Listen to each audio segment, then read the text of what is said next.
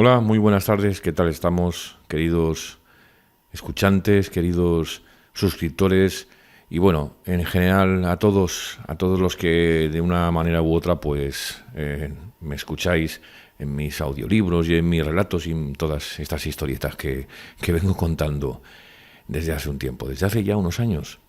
Bueno, quería más que nada, antes de comenzar esta obra, quería saludaros y daros las gracias por vuestras me gustas, vuestras suscripciones y animaros a que sigáis escuchando y leyendo, porque esto es cultura, son obras maestras que debemos cuidar y debemos mantener siempre ahí despiertas, ¿vale? Porque lo considero imprescindible. En esta ocasión vamos a iniciar una serie de grabaciones con relatos de autores con cuentos cortos. En este caso es del grandísimo y bueno, no creo que haya que presentarlo demasiado, del grande, uno de los más grandes que ha habido en cuanto a relatos de terror, como es Edgar Allan Poe. Y aquí le vamos a brindar en este canal, en un libro, una voz. Le vamos a brindar su merecidísimo homenaje en formato audiolibro, que es a lo que suelo hacer habitualmente. Bueno, pues sin más preámbulos, de nuevo muchísimas gracias por vuestras escuchas, por vuestras suscripciones, por vuestros comentarios. Un gran abrazo de un servidor, Miguel Ibars, que es quien al fin y al cabo pone todo esto en marcha. Un saludo cordial. Vamos a ver qué tal este relato interesantísimo que trata sobre la doble personalidad. William Wilson. William Wilson, escrito por Edgar Allan Poe. Narrado por Miguel Ibars.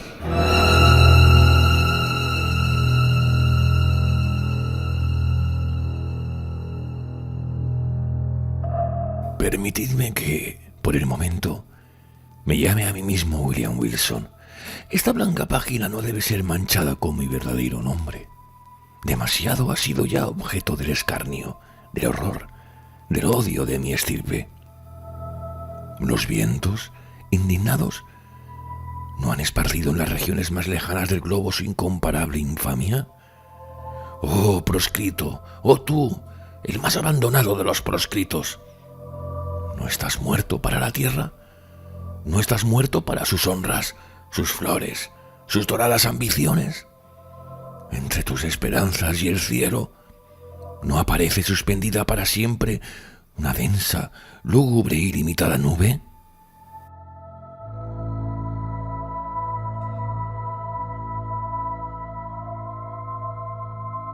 No quisiera, aunque me fuese posible, registrar hoy la crónica de estos últimos años de inexpresable desdicha e imperdonable crimen.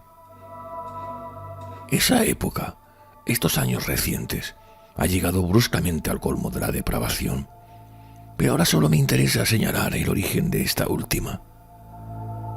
Por lo regular, los hombres van cayendo gradualmente en la bajeza.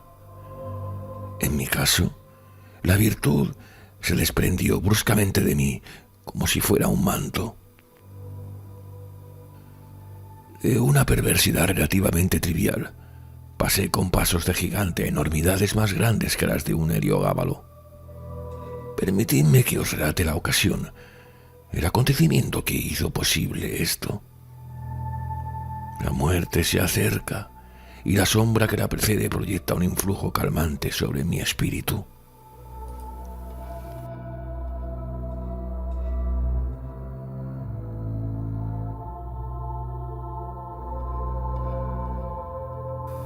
Mientras atravieso el oscuro valle, anhelo la simpatía, casi iba a escribir la piedad de mis semejantes. Me gustaría que creyeran que, en cierta medida, fui esclavo de circunstancias que excedían el dominio humano. Me gustaría que buscaran a favor mío, en los detalles que voy a dar, un pequeño oasis de fatalidad en ese desierto del error. Me gustaría que reconocieran, ¿cómo no han de dejar de hacerlo?, que si alguna vez Existieron tentaciones parecidas. Jamás un hombre fue tentado así, y jamás cayó así. ¿Será por eso que nunca ha sufrido en esta forma? ¿Verdaderamente no habré vivido en un sueño? ¿No muero víctima del horror y el misterio de la más extraña de las visiones sublunares?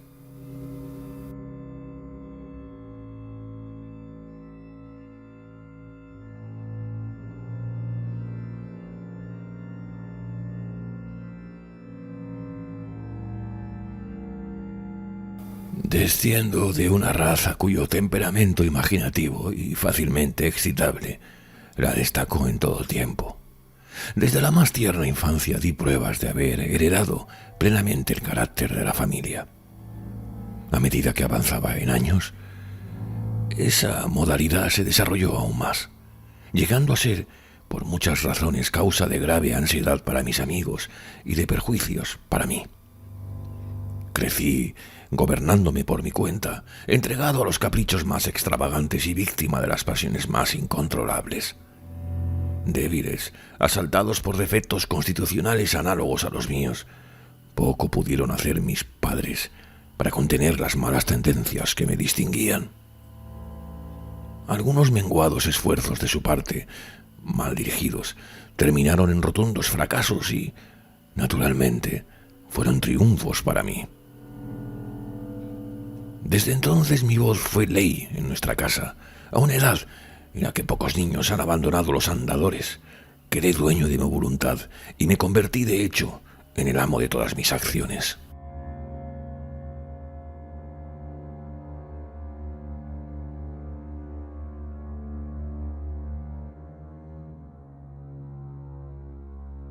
Mis primeros recuerdos de la vida escolar se remontan a una vasta casa isabelina llena de recovecos en un neblinoso pueblo de Inglaterra, donde se alzaban innumerables árboles gigantescos y nudosos, y donde todas las casas eran antiquísimas. Aquel venerable pueblo era como un lugar de ensueño, propio para la paz del espíritu.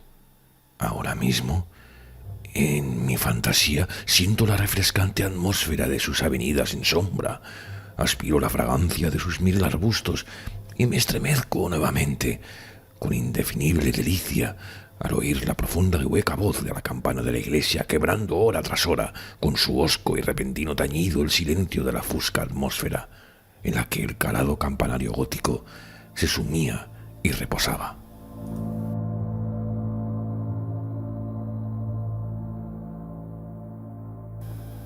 Demorarme en los menudos recuerdos de la escuela y sus episodios me proporciona quizá el mayor placer que me es dado alcanzar en estos días. Anegado como estoy por la desgracia, ¡ay!, demasiado real, se me perdonará que busque alivio, aunque sea tan leve como efímero, en la complacencia de unos pocos detalles divagantes, triviales y hasta ridículos. Esos detalles asumen en mi imaginación una relativa importancia, pues se vinculan a un periodo y a un lugar en los cuales reconozco la presencia de los primeros ambiguos avisos del destino, que más tarde habría de envolverme en sus sombras. Dejadme, entonces, recordar.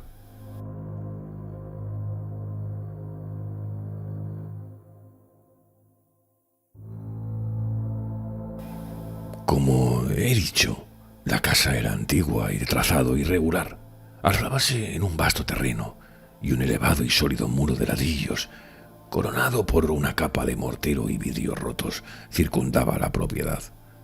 Esta muralla, semejante a la de una prisión, constituía el límite de nuestro dominio. Más allá de él, nuestras miradas solo pasaban 3 veces por semana. La primera, los sábados por la tarde, cuando se nos permitía realizar breves paseos en grupo, acompañados por 2 preceptores a través de los campos vecinos, y las otras 2 los domingos, cuando concurríamos en la misma forma a los oficios matinales y vespertinos de la única iglesia del pueblo. El director de la escuela era también el pastor. Con qué asombro y perplejidad lo contemplaba yo desde nuestros alejados bancos, cuando ascendía al púlpito con lento y solemne paso. Este hombre reverente, de rostro sereno y benigno, de vestiduras satinadas que ondulaban clericalmente, de peluca cuidadosamente empolvada, tan rígida y enorme. Podía ser el mismo que, poco antes, agrio el rostro, manchadas de raperas ropas, administraba férula en mano las draconianas leyes de la escuela. Oh, inmensa paradoja, demasiado monstruosa para tener solución.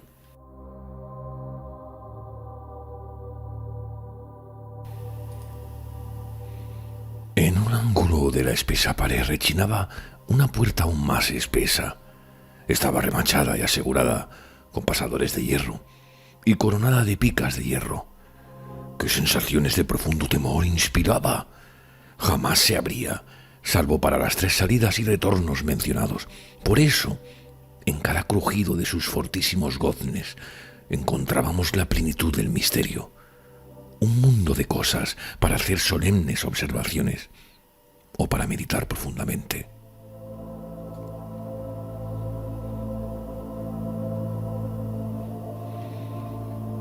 El dilatado muro tenía una forma irregular, con muchos espaciosos recesos. 3 o 4 de los más grandes constituían el campo de juegos. Su piso estaba nivelado y cubierto de fina grava. Me acuerdo de que no tenía árboles, ni bancos, ni nada parecido. Quedaba, claro está, en la parte posterior de la casa. En el frente había un pequeño cantero donde crecían el boj y otros arbustos, pero a través de esta sagrada división solo pasábamos en raras ocasiones, tales como el día del ingreso a la escuela o el de la partida, o quizá cuando nuestros padres o un amigo venían a buscarnos y partíamos alegremente a casa para pasar las vacaciones de Navidad o de verano. Aquella casa, qué extraño era aquel viejo edificio, y para mí, qué palacio de encantamiento. Sus vueltas y revueltas no tenían fin, ni tampoco sus incomprensibles subdivisiones. En un momento dado era difícil saber con certeza en cuál de los 2 pisos estaba. Entre un cuarto y otro había siempre 3 o 4 escalones que subían o bajaban. Las salas laterales, además, eran innumerables, inconcebibles, y volvían sobre sí mismas de tal manera que nuestras ideas más precisas con respecto a aquella casa no diferían mucho de las que abrigábamos sobre el infinito. Durante mis 5 años de residencia jamás pude establecer con precisión en qué remoto lugar hallábanse situados los pequeños dormitorios que correspondían a los 18 o 20 colegiales que seguíamos los cursos.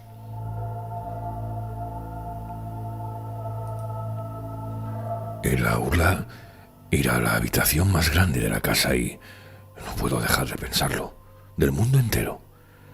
Era muy larga, angosta y lúgubremente baja, con ventanas de arco gótico y techo de roble.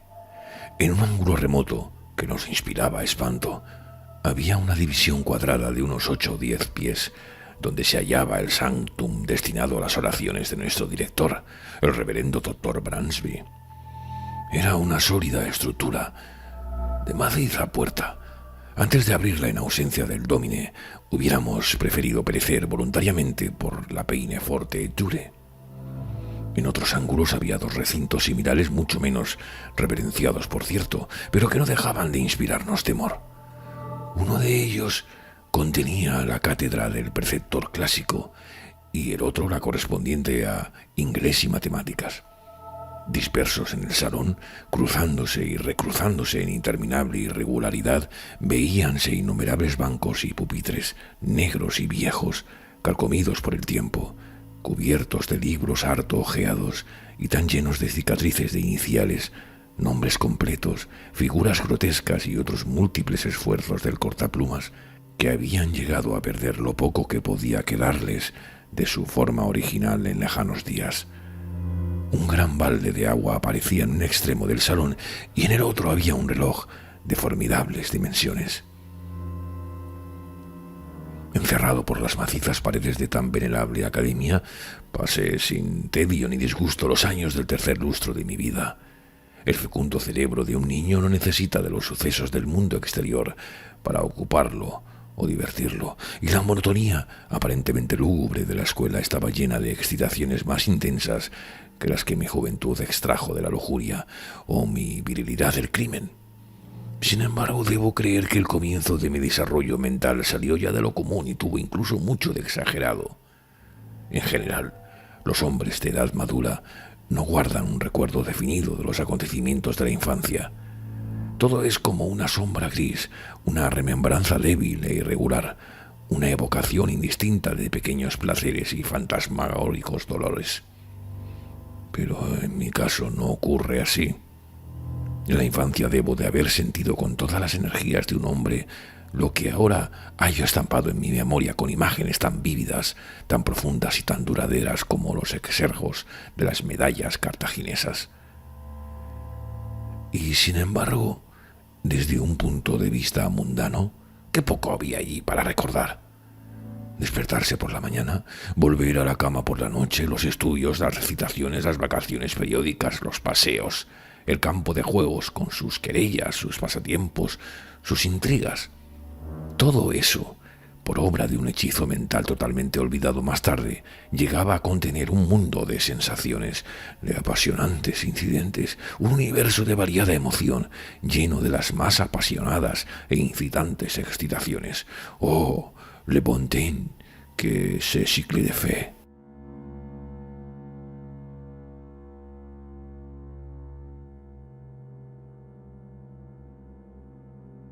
El ardor, el entusiasmo y lo imperioso de mi naturaleza no tardaron en destacarme entre mis condiscípulos, y por una suave pero natural graduación fui ganando ascendencia sobre todos los que no me superaban demasiado en edad, sobre todos, con una sola excepción. Se trataba de un alumno que, sin ser pariente mío, tenía mi mismo nombre y apellido, circunstancia poco notable. Y ya que, a pesar de mi ascendencia noble, mi apellido era uno de esos que, desde tiempos inmemoriales, parecen ser propiedad común de la multitud. En este relato me he designado a mí mismo como William Wilson, nombre ficticio, pero no muy distinto del verdadero. Solo mi tocayo, entre los que formaban, según la fraseología escolar, nuestro grupo, osaba competir conmigo en los estudios, en los deportes y querellas del recreo, rehusando creer ciegamente mis afirmaciones y someterse a mi voluntad. En una palabra, pretendía oponerse a mi arbitrario dominio en todos los sentidos. Y si existe en la tierra un supremo e ilimitado despotismo, ese es el que ejerce un muchacho extraordinario sobre los espíritus de sus compañeros menos dotados.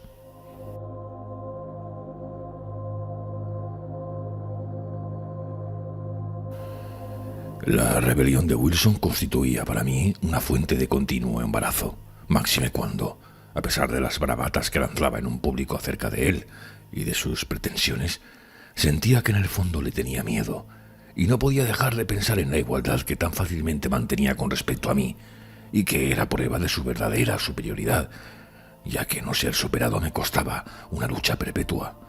Empero, esta superioridad, incluso esta igualdad, solo yo la reconocía. Nuestros camaradas, por una inexplicable ceguera, no parecían sospecharla siquiera. La verdad es que su competencia, su oposición y, sobre todo, su impertinente y obstinada interferencia en mis propósitos era tan hirientes como poco visibles. Wilson parecía tan exento de la ambición que espolea como de la apasionada energía que me permitía brillar. Si hubiera dicho que en su rivalidad había solo el caprichoso deseo de contradecirme, asombrarme y mortificarme, aunque a veces yo no dejaba de observar, con una mezcla de asombro, humillación y resentimiento, que mi rival mezclaba en sus ofensas, sus insultos o sus oposiciones cierta, inapropiada e intempestiva afectuosidad. Solo alcanzaba a explicarme semejante conducta como el producto de una consumada suficiencia que adoptaba el tono vulgar del patronazgo y la protección.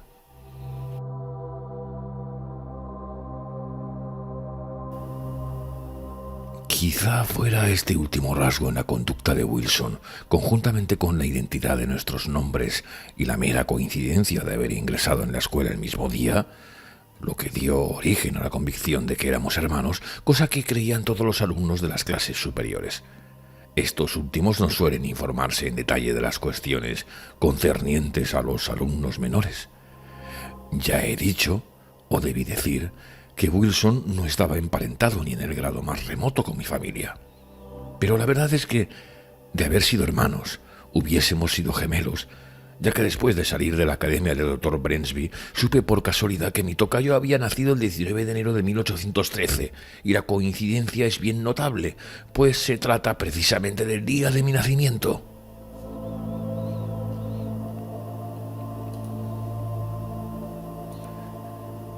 Podrá parecer extraño que, a pesar de la continua inquietud que me ocasionaba la rivalidad de Wilson y su intolerable espíritu de contradicción, me resultara imposible odiarlo. Es cierto que casi diariamente teníamos una querella, al fin de la cual, mientras me cedía públicamente la palma de la victoria, Wilson se las arreglaba de alguna manera para darme a entender que era él quien la habría merecido.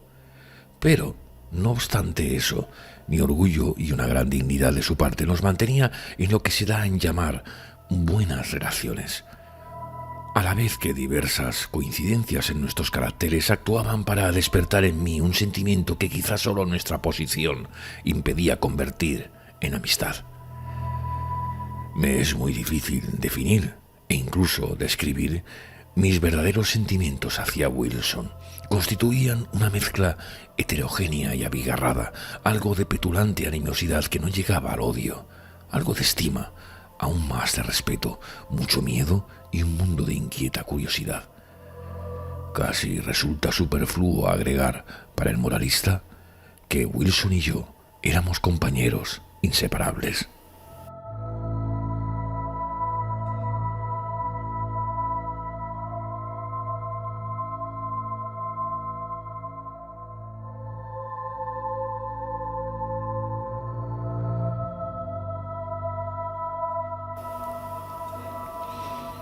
No hay duda que lo anómalo de esta relación encaminaba todos mis ataques, que eran muchos, francos o encubiertos, por las vías de la burla o de la broma pesada, que lastiman bajo la apariencia de una diversión, en vez de convertirlos en franca y abierta hostilidad.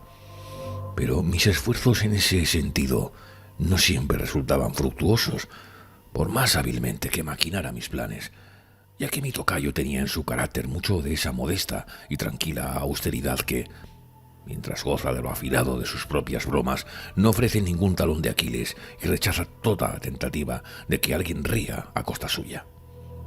Solo pude encontrarle un punto vulnerable que, proveniente de una peculiaridad de su persona y originado acaso en una enfermedad constitucional, hubiera sido relegado por cualquier otro antagonista menos exasperado que yo. Mi rival tenía un defecto en los órganos vocales que le impedía alzar la voz más allá de un susurro apenas perceptible, y yo no dejaba de aprovechar las míseras ventajas que aquel defecto me acordaba.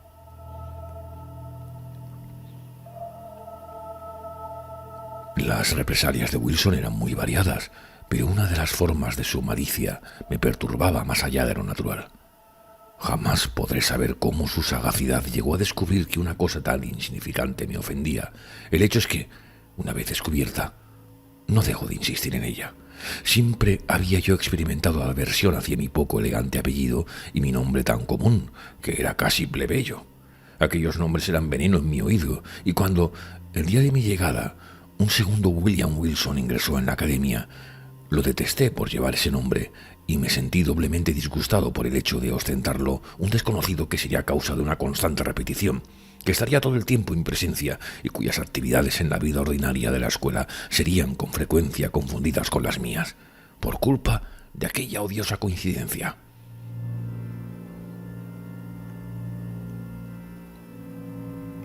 Este sentimiento de ultraje así engendrado se fue acentuando con cada circunstancia que revelaba una semejanza, moral o física, entre mi rival y yo. En aquel tiempo no había descubierto el curioso hecho de que éramos de la misma edad, pero comprobé que teníamos la misma estatura y que incluso nos parecíamos mucho en las facciones y aspecto físico. También me amargaba que los alumnos de los cursos superiores estuvieran convencidos de que existía un parentesco entre ambos. En una palabra, nada podía perturbarme más, aunque lo disimulaba cuidadosamente, que cualquier alusión a una semejanza intelectual, personal o familiar entre Wilson y yo. Por cierto, nada me permitía suponer, salvo en lo referente a un parentesco, que estas similitudes fueran comentadas o tan solo observadas por nuestros condiscípulos. Que él las observaba en todos sus aspectos y con tanta claridad como yo, me resultaba evidente. Pero solo a su extraordinaria penetración cabía atribuir el descubrimiento de que esas circunstancias le brindaran un campo tan vasto de ataque.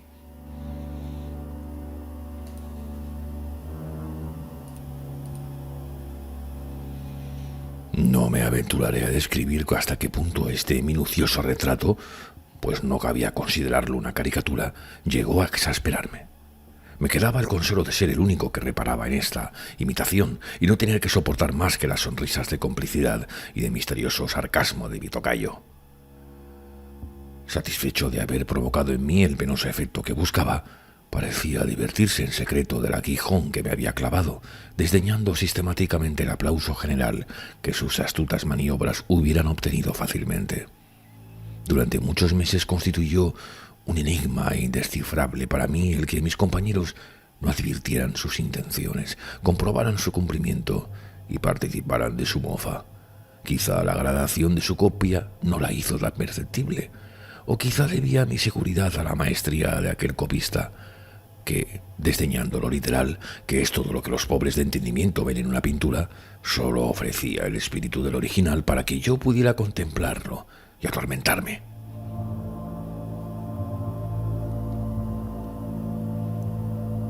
He aludido más de una vez al desagradable aire protector que asumía Wilson conmigo y de sus frecuentes interferencias en los caminos de mi voluntad.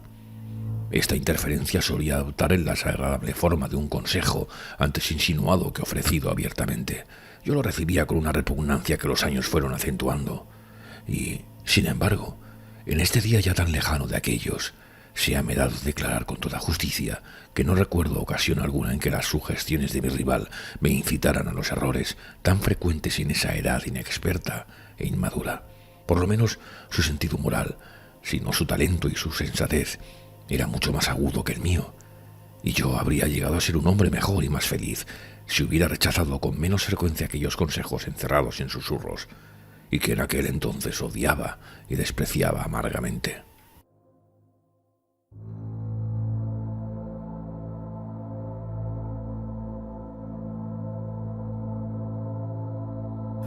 Así las cosas, acabé por impacientarme al máximo frente a esa desagradable vigilancia, y lo que consideraba intolerable arrogancia de su parte me fue ofendiendo más y más. He dicho ya que en los primeros años de nuestra vinculación de condiscípulos mis sentimientos hacia Wilson podrían haber derivado fácilmente a la amistad, pero en los últimos meses de mi residencia en la academia, si bien la impertinencia de su comportamiento había disminuido mucho, mis sentimientos se inclinaron en proporción análoga al más profundo odio. En cierta ocasión, creo que Wilson lo advirtió, y desde entonces me evitó o fingió evitarme. En esa misma época, si recuerdo bien, tuvimos un violento altercado, durante el cual Wilson perdió la calma en mayor medida que otras veces, actuando y hablando con una franqueza bastante insólita en su carácter.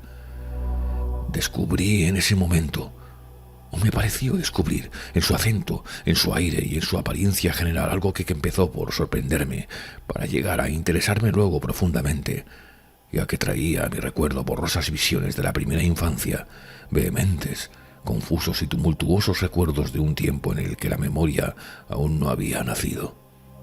Solo puedo describir la sensación que me oprimía, diciendo que me costó rechazar la certidumbre de que había estado vinculado con aquel ser en una época muy lejana, en un momento de un pasado infinitamente remoto. La ilusión, sin embargo, desvanecióse con la misma rapidez con que había surgido, y si la menciono es para precisar el día en que hablé por última vez en el colegio con mi extraño tocayo.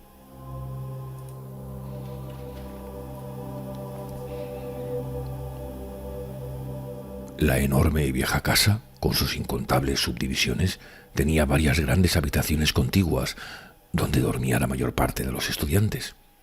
Como era natural, en un edificio tan torpemente concebido, había además cantidad de recintos menores que constituían las sobras de la estructura y que el ingenio económico del Dr. Bransby había habilitado como dormitorios, aunque dado su tamaño solo podían contener a un ocupante.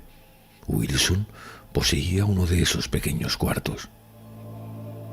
Una noche, Hacia el final de mi 5º año de estudios en la escuela, e inmediatamente después del altercado a que he aludido, me levanté cuando todos se hubieron dormido y, tomando una lámpara, me aventuré por infinitos pasadizos angostos en dirección al dormitorio de mi rival.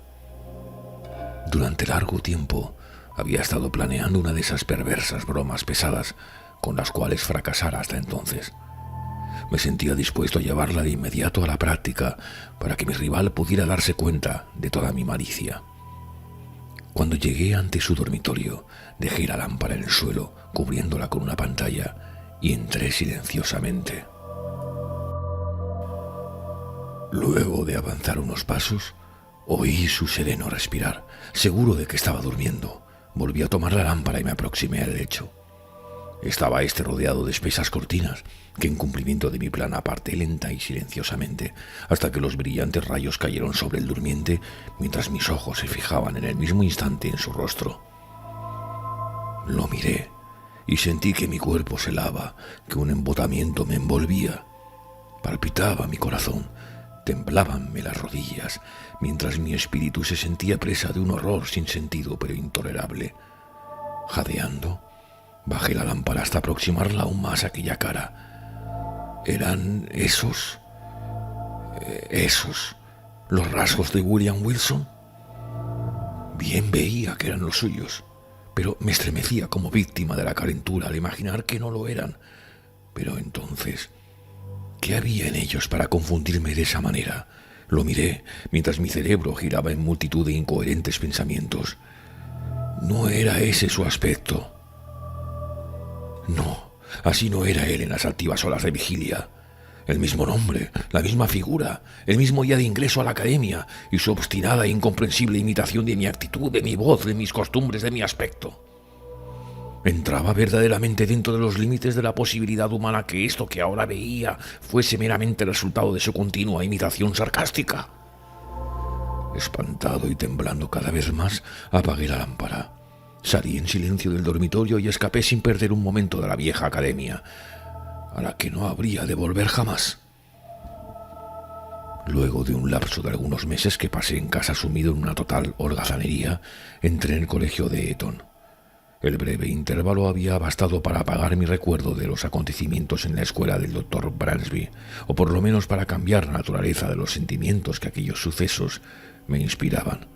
La verdad y la tragedia de aquel drama no existían ya. Ahora me era posible dudar del testimonio de mis sentidos. Cada vez que recordaba el episodio me asombraba de los extremos a que puede llegar la credulidad humana y sonreía al pensar en la extraordinaria imaginación que hereditariamente poseía. Este escepticismo estaba lejos de disminuir con el género de vida que empecé a llevar en Eton. El vórtice de irreflexiva locura en que inmediata y temerariamente me sumergí barrió con todo y no dejó más que la espuma de mis pasadas horas, devorando las impresiones sólidas o serias y dejando en el recuerdo tan solo las trivialidades de mi existencia anterior.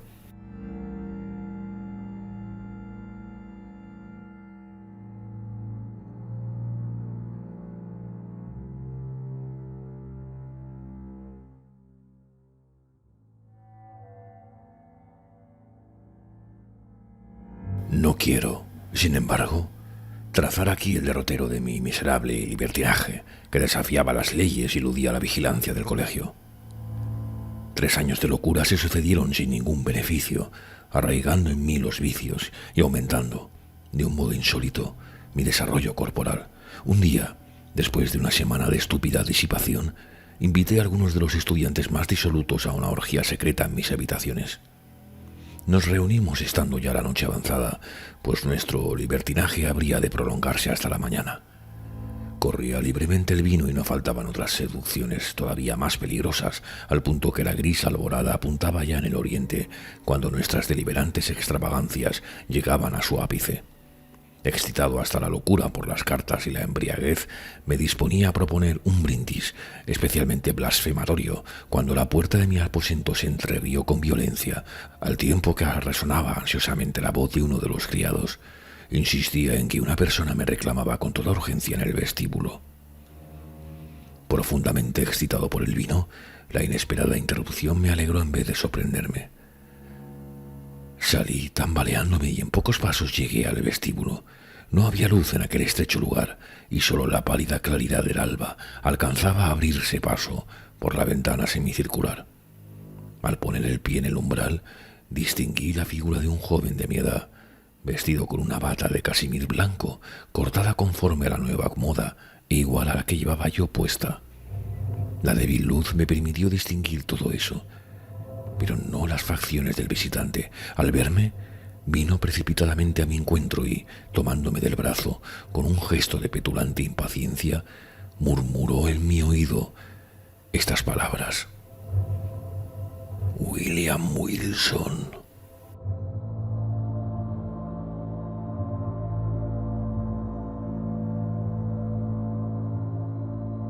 Mi embriaguez se disipó instantáneamente. Había algo en los modales del desconocido y en el temblor nervioso de su dedo levantado, suspenso entre la luz y mis ojos, que me colmó de indescriptible asombro.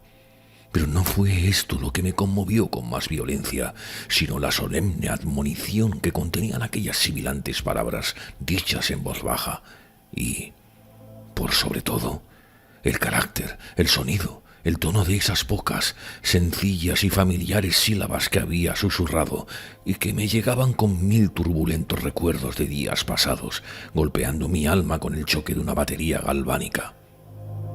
Antes de que pudiera recobrar el uso de mis sentidos, el visitante había desaparecido.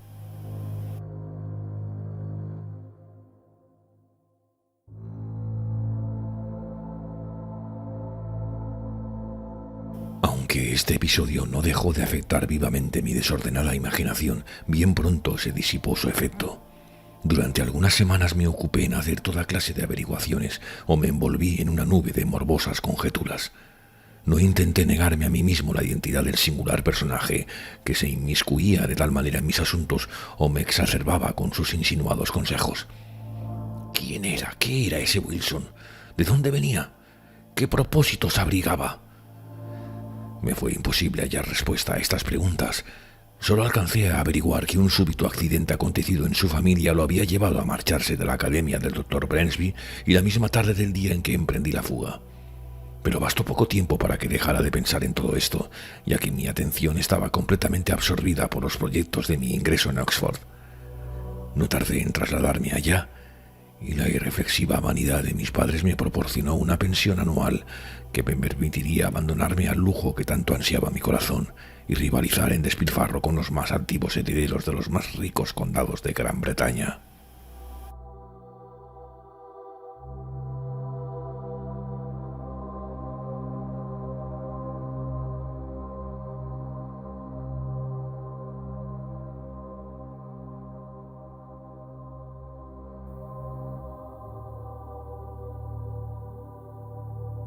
Los límites y que, dando nombre a multitud de nuevas locuras, agregué un copioso apéndice al largo catálogo de vicios usuales en aquella universidad, la más disoluta de Europa.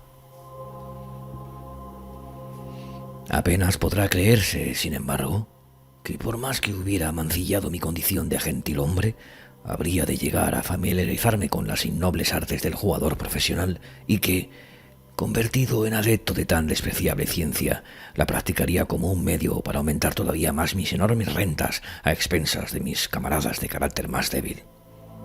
No obstante, esa es la verdad. Lo monstruoso de esta transgresión de todos los sentimientos caballerescos y honorables resultaba la principal, ya que no la única razón de la impunidad con que podía practicarla. ¿Quién, entre mis más depravados camaradas, no hubiera dudado del testimonio de sus sentidos antes de sospechar culpable de semejantes actos al alegre, al franco, al generoso William Wilson, el más noble y liberal compañero de Oxford, cuyas locuras, al decir de sus parásitos, no eran más que locuras de la juventud y la fantasía, cuyos errores solo eran caprichos inimitables, cuyos vicios más negros no pasaban de ligeras y atrevidas extravagancias?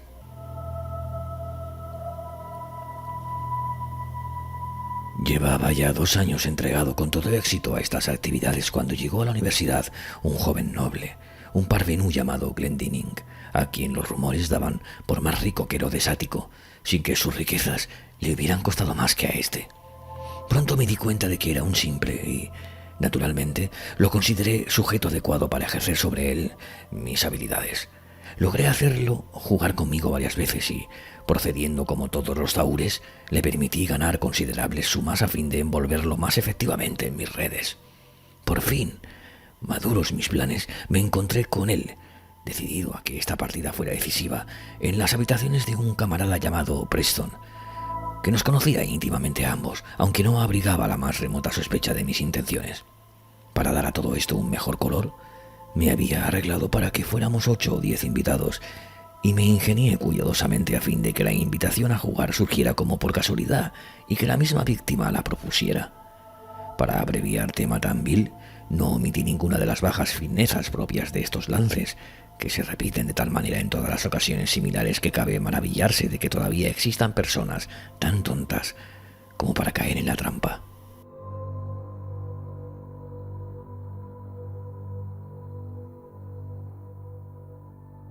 Era ya muy entrada la noche cuando efectué por fin la maniobra que me dejó frente a Glendinning como único antagonista. El juego era mi favorito, el écarté. Interesados por el desarrollo de la partida, los invitados habían abandonado las cartas y se congregaban a nuestro alrededor.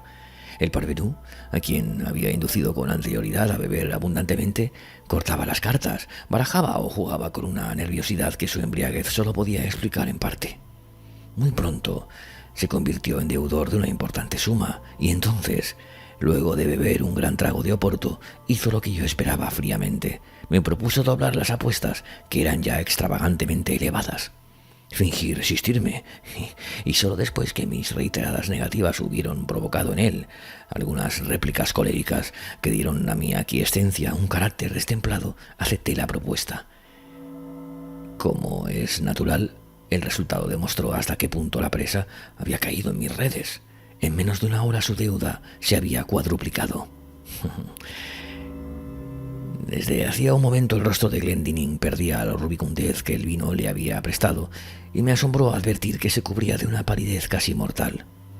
Si digo que me asombró, se debe a que mis averiguaciones anteriores presentaban a mi adversario como inmensamente rico, y, aunque las sumas perdidas eran muy grandes, no podían preocuparlo seriamente y mucho menos perturbarlo en la forma en que lo estaba viendo.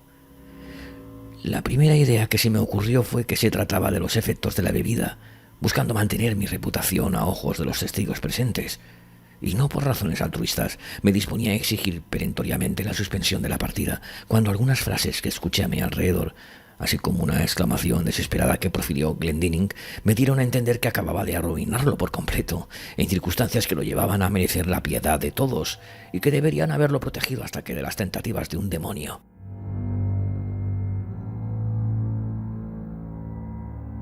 Difícil es decir ahora cuál hubiera sido mi conducta en ese momento. La lamentable condición de mi adversario creaba una atmósfera de penoso embarazo. Hubo un profundo silencio, durante el cual sentí que me ardían las mejillas bajo las miradas de desprecio o de reproche que me lanzaban los menos pervertidos. Confieso incluso que, al producirse una súbita y extraordinaria interrupción, mi pecho se alivió por un breve instante de la intolerable ansiedad que lo oprimía. Las grandes y pesadas puertas de la estancia se abrieron de golpe y de par en par, con un ímpetu tan vigoroso y arrollador que bastó para apagar todas las bujías. La muriente luz nos permitió, sin embargo, ver entrar a un desconocido, un hombre de mi talla, completamente embozado en una capa. La oscuridad era ahora total, y solamente podíamos sentir que aquel hombre estaba entre nosotros. Antes de que nadie pudiera recobrarse del profundo asombro que semejante conducta le había producido, oímos la voz del intruso.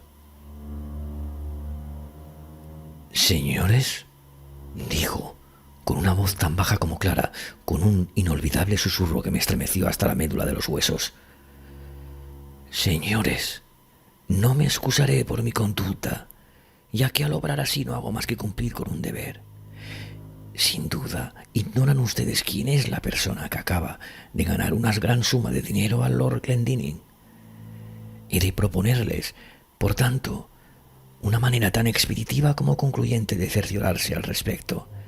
Bastará con que examinen el foro de su puño izquierdo y los pequeños paquetes que encontrarán en los bolsillos de su bata bordada». Mientras hablaba, el silencio era tan profundo que se hubiera oído caer una aguja en el suelo. Dichas esas palabras, partió tan bruscamente como había entrado. Puedo describir ¿Describiré mis sensaciones? ¿Debo decir que sentí todos los horrores del condenado? Poco tiempo me quedó para reflexionar. Varias manos me sujetaron rudamente mientras se traían nuevas luces. Inmediatamente me registraron. En el forro de mi manga encontraron todas las figuras esenciales en el carte y en los bolsillos de mi bata varios mazos de barajas idénticos a los que empleábamos en nuestras partidas, salvo que las mías eran lo que técnicamente se denomina arrondes. Vale decir que las cartas ganadoras tienen las extremidades ligeramente convexas, mientras las cartas de menor valor son levemente convexas a los lados. En esa forma, el incauto que corta, como es normal, a lo largo del mazo, proporcionará invariablemente una carta ganadora a su antagonista, mientras el taur, que cortará también tomando el mazo por sus lados mayores, descubrirá una carta inferior. Todo estallido de indignación ante semejante descubrimiento me hubiera afectado menos que el silencioso desprecio y la sarcástica compostura con que fue recibido.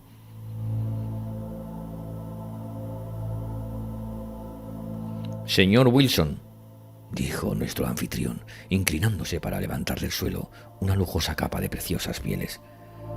«Esto es de su pertenencia».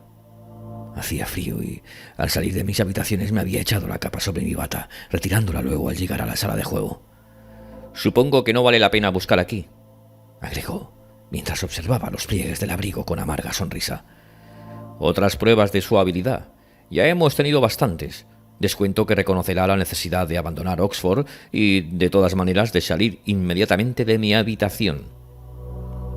Humillado, envilecido hasta el máximo como lo estaba en ese momento, es probable que hubiera respondido a tan amargo lenguaje con un arrebato de violencia, de no hallarse mi atención completamente concentrada en un hecho por completo extraordinario. La capa que me había puesto para acudir a la reunión era de pieles sumamente raras, a un punto tal que no hablaré de su precio. Su corte, además, nacía de mi invención personal, pues en cuestiones tan frívolas era de un refinamiento absurdo. Por eso, cuando Preston me alcanzó la que acababa de levantar del suelo cerca de la puerta del aposento, vi con asombro lindante en el terror que yo tenía mi propia capa colgada del brazo, donde la había dejado inconscientemente, y que la que me ofrecía era absolutamente igual en todos y cada uno de sus detalles. El extraño personaje que me había desenmascarado estaba envuelto en una capa al entrar, y aparte de mí, ningún otro invitado llevaba esa capa esa noche. Con lo que me quedaba de presencia de ánimo, tomé la que me ofrecía Preston y la puse sobre la mía, sin que nadie se diera cuenta. Salí así de las habitaciones, desafiante el rostro, y a la mañana siguiente, antes del alba, empecé un presuroso viaje al continente, perdido en un abismo de espanto y de vergüenza.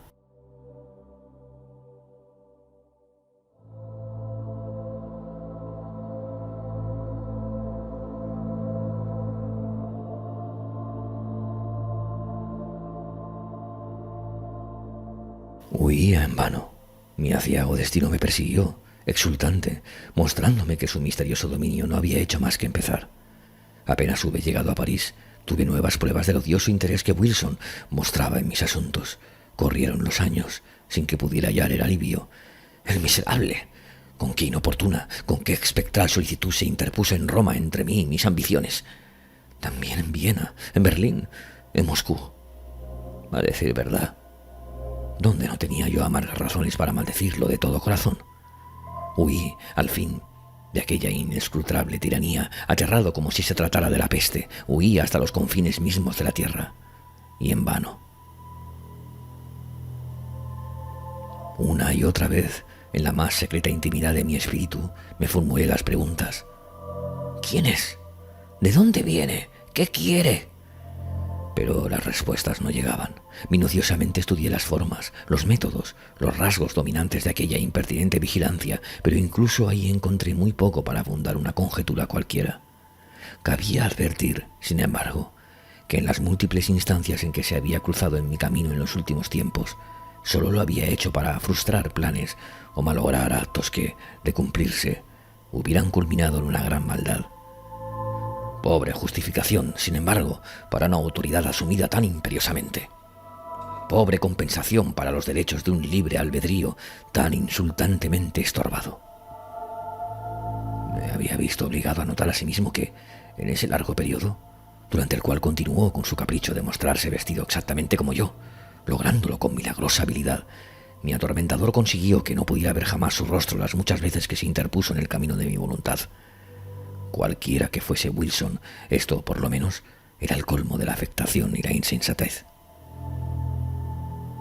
¿Cómo podía haber supuesto por un instante que mi amonestador de Eton, en el desenmascarador de Oxford, era aquel que malogró mi ambición en Roma, mi venganza en París, mi apasionado amor en Nápoles, o lo que falsamente llamaba mi avaricia en Egipto, que en él, mi archienemigo y genio maligno, dejaría yo de reconocer al William Wilson de mis días escolares, al tocayo, al compañero, al rival, al odiado y temido rival de la escuela del Dr. Bransby? Imposible. Pero apresurémonos a llegar a la última escena del drama.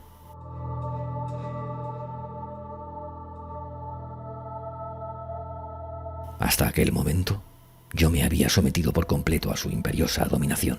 El sentimiento de reverencia con que habitualmente contemplaba el elevado carácter, el majestuoso saber y la ubicuidad y omnipotencia aparentes de Wilson, sumado al terror que ciertos rasgos de su naturaleza y su arrogancia me inspiraban, habían llegado a convencerme de mi total debilidad y desamparo, sugiriéndome una implícita, aunque amargamente resistida sumisión a su arbitraria voluntad.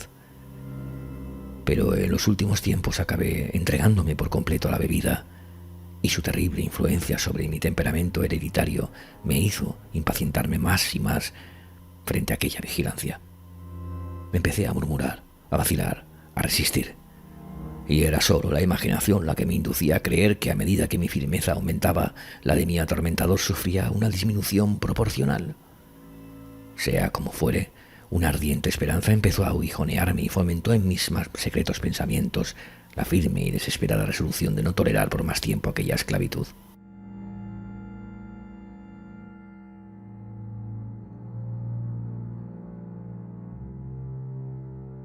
Era en Roma, durante el carnaval del 18, en un baile de máscaras que ofrecía en su palazzo el duque napolitano di Broglio.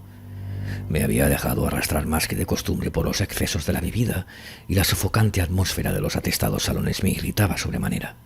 Luchaba además por abrirme paso entre los invitados, cada vez más malhumorado, pues deseaba ansiosamente encontrar, no diré por qué indigna razón, a la alegre y bellísima esposa del anciano y caduco di Broglio. Con una confianza por completo desprovista de escrúpulos, me había hecho saber ella cuál sería su disfraz de aquella noche, y, al percibirla a distancia, me esforzaba por llegar a su lado.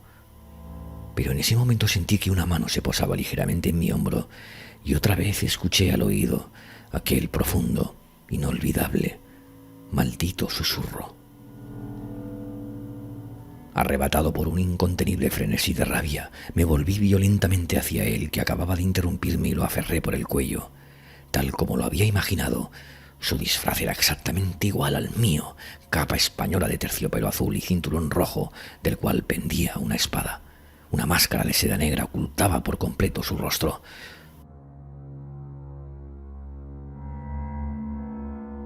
¡Miserable!, grité con voz enronquecida por la rabia, mientras cada sílaba que pronunciaba parecía atizar mi furia. ¡Miserable impostor!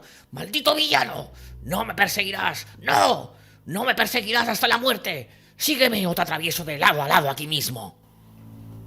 Y me lancé fuera de la sala de baile en dirección a una pequeña antecámara contigua, arrastrándolo conmigo. Cuando estuvimos allí lo rechacé con violencia. Trastabilló mientras yo cerraba la puerta con un juramento y le ordenaba ponerse en guardia. Vaciló apenas un instante. Luego, con un ligero suspiro, desenvainó la espada sin decir palabra y se aprestó a defenderse. El duelo fue breve. Yo me hallaba en un frenesí de excitación y sentía en mi brazo la energía y la fuerza de toda la multitud. En pocos segundos lo fui llevando arrolladoramente hasta acorralarlo contra una pared, y allí, teniéndolo a mi merced, le hundí varias veces la espada en el pecho con brutal ferocidad.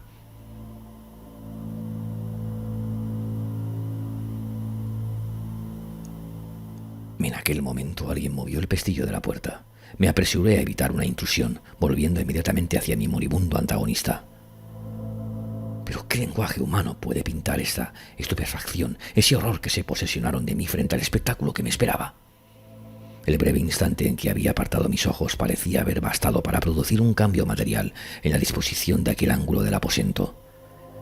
Donde antes no había nada, Alzábase ahora un gran espejo, o por lo menos me pareció así en mi confusión. Y cuando avanzaba hacia él, en el colmo del espanto, mi propia imagen, pero cubierta de sangre y pálido el rostro, vino a mi encuentro tambaleándose. Tal me había parecido, lo repito, pero me equivocaba. Era mi antagonista, era Wilson, quien se erguía ante mí agonizante. Su máscara y su capa yacían en el suelo, donde las había arrojado. No había una sola hebra en sus ropas, ni una línea en las definidas y singulares facciones de su rostro que no fueran las mías, que no coincidieran en la más absoluta identidad. Era Wilson, pero ya no hablaba con un susurro, y hubiera podido creer que era yo mismo el que hablaba cuando dijo: «Has vencido, y me entrego, pero también tú estás muerto desde ahora, muerto para el mundo, para el cielo y para la esperanza. En mí existías. Y al matarme, ve en esta imagen que es la tuya, cómo te has asesinado a ti mismo».